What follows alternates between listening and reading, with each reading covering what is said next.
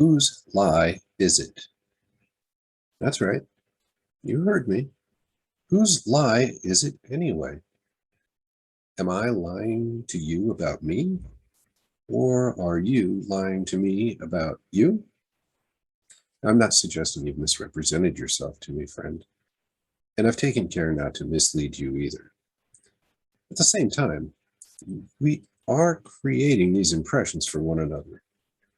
We work to curate our attractive character in these two-dimensional digital days, and let's face it, there's no way we can represent our lived experience in a handful of pictures and some 4,000 word blurb next to a bunch of checkboxes.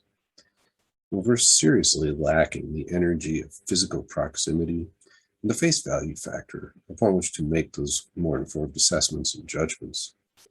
So let's accept that you're not lying to me and that I'm not lying to you. Are we lying to ourselves about each other? Based on the limited data available, our brains are working to formulate pictures and ideas of others, and I'd argue they're working overtime on someone we might be interested in order to complete that picture in such a fashion as to justify taking the next step, taking the next risk, and evaluating the next potential reward. So what does that reward look like for you, friend? Do you have a preconceived notion of someone that you accept, a preconceived notion? You accept it as the truth? Is it? I'd have you consider that no one lies to you more than you do. And yes, I'm guilty of the same.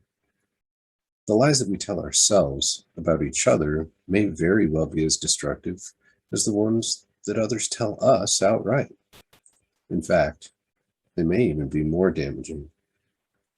So we can play the question game, or we can wink and flirt and project the ideals that fill in the blanks and complete the illusions, or we can get real and be as based as possible.